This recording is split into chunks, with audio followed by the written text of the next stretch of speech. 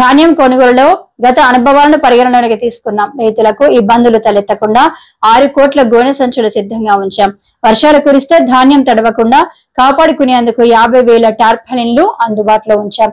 వాటిని అవసరమైనప్పుడు రైతులకు ఉచితంగానే అందజేస్తామని మంత్రి నాదెండ్ల మనోహర్ తెలిపారు. కోట్ల గోతాలు మేము సిద్ధం చేసుకుని నాణ్యత విషయంలో కానివ్వండి, డిస్ట్రిబ్యూషన్ విషయంలో కానివ్వండి, ఎక్కడ కూడా పొరపాటు కాకుండా చూసుకునే బాధ్యత మేము తీసుకున్నాం.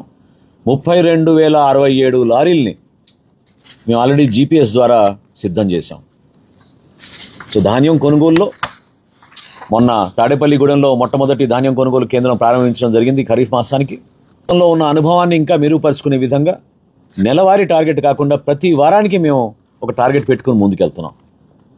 ఎప్పటికప్పుడు సమీక్షించుకుంటూ 51 లక్షల మెట్రిక్ టన్నులు ఫుడ్ కార్పొరేషన్ ఆఫ్ ఇండియాకి భారతదేశంలో పండిస్తున్న ధాన్యంలో ప్రధానమైన భాగస్వాములుగా ఆంధ్రప్రదేశ్ రైతాంగానికి ఒక అద్భుతమైన అవకాశం మా కూటమి ప్రభుత్వం ఈరోజు కలిగిస్తోంది. ఇదే కాదు, గతంలో మీరు చూశారు, కొన్ని సందర్భాల్లో రైతుల్ని తిప్పి 6 నెలల నుంచి 9 నెలలు కూడా పేమెంట్ కూడా ఇవ్వలేదు. 60 రోజుల్లో ఇస్తాం, 90 రోజుల్లో ఇస్తామని ఆ రోజు ముఖ్యమంత్రి గారు ప్రకటించినా వాళ్ళు అందించే వరకు 6 నెలల నుంచి 9 నెలలు కూడా పట్టింది. 1674 కోట్ల రూపాయలు రైతులకి బకాయిలు వదిలేసి వైఎస్ఆర్సీపీ ప్రభుత్వం జగన్మోహన్ రెడ్డి గారి నాయకత్వంలో ఆ రోజు పదవి విరమణ చేశారు. ఆ బకాయిలు చెల్లించడమే కాకుండా పేమెంట్ల విషయంలో కూడా ఒక కొత్త స్టాండర్డ్ ఏర్పాటు చేసుకున్నాం. మేము 48 గంటల్లోనే పేమెంట్ ఇస్తామని చెప్పాం. గత సంవత్సరం మేము కొనుగోలు చేసిన ధాన్యం 12,818 కోట్లు అయితే 12,100 కోట్ల వరకు 48 గంటల్లోనే మేము పేమెంట్ చేశాం. చివరి దశలో అకాల వర్షాల వలన కొంచెం జాప్యం జరిగింది తప్ప ఎక్కువ శాతం, అంటే 87% మేము ధాన్యం కొనుగోలు చేసింది 48 గంటల లోపే మేము రైతాంగానికి అందించగలిగాం. ఈ సంవత్సరం ఇంకా అద్భుతమైన సంస్కారం తీసుకొచ్చాం.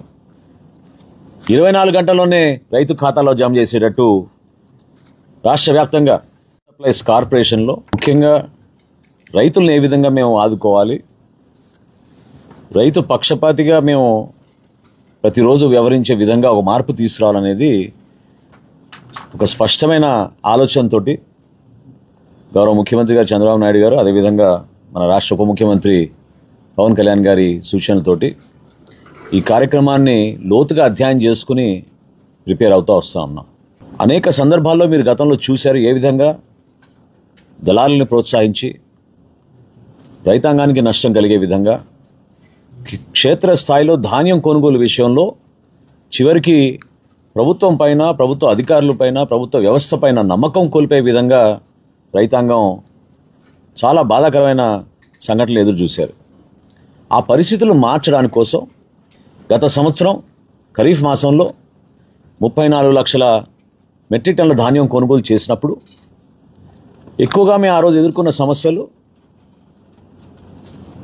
అకాల వర్షాలు, క్షేత్రస్థాయిలో తేమ శాతం విషయంలో రైతులు కొన్ని సందర్భాల్లో పారదర్శకత లేకపోవడం అనే అంశంతో వాళ్ళు బాధపడుతుండేవాళ్ళు.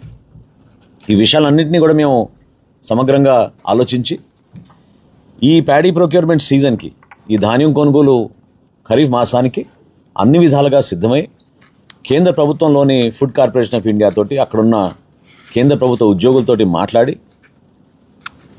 మన రాష్ట్ర రైతాంగానికి న్యాయం జరిగే విధంగా, మేలు జరిగే విధంగా, ఊహించని విధంగా ఈసారి మేము ఒక ఖరీఫ్ మాసానికే 51 లక్షల మెట్రిక్ టన్నుల టార్గెట్ తీసుకురావడం జరిగింది. ఇది రాష్ట్ర చరిత్రలో ఏనాడు కూడా జరగలేదు. ఒక ఖరీఫ్ మాసంలోనే 51 లక్షల మెట్రిక్ టన్నుల ధాన్యం కొనుగోలు చేయడానికి సుమారు 12,200 కోట్ల రూపాయల ధాన్యం కొనుగోలు చేయడానికి మేము సిద్ధమయ్యాం. ఈ ప్రక్రియకి రాష్ట్ర వ్యాప్తంగా స్థానికంగా ఉన్న వ్యవసాయ శాఖ అధికారులు, మార్కెటింగ్ శాఖ అధికారులు, PACS సిబ్బంది, క్షేత్రస్థాయిలో ఉన్న మన రెవెన్యూ సిబ్బంది, జిల్లా జాయింట్ కలెక్టర్ల దగ్గర నుంచి అనేక సందర్భాల్లో మీటింగ్లు జరుపుకుని 4,041 రైతు సహాయ కేంద్రాలు, 3,803 ధాన్యం కొనుగోలు కేంద్రాలు, ఇందులో 16,714 సిబ్బంది, వీళ్ళందరినీ కూడా సిద్ధం చేసి ఎక్కడ కూడా ఎటువంటి ఇబ్బంది రాకుండా వారికి పూర్తి స్థాయిలో అవగాహన కల్పించడమే కాకుండా ఒక స్టాండర్డ్ ఆపరేటింగ్ ప్రోటోకాల్, అంటే ఒక్కొక్క దిశలో ఏ విధంగా పనిచేసుకుంటూ వెళ్ళాలి, సమస్య వచ్చినప్పుడు ఏ విధంగా రియాక్ట్ అవ్వాలి, ఎంత త్వరగా రియాక్ట్ అవ్వాలనే దానిపైన చాలా లోతుగా వీళ్ళందరూ కూడా, సిబ్బంది అందరూ కూడా మేము సమాచారం అందిస్తూ ముందుకెళ్ళాం.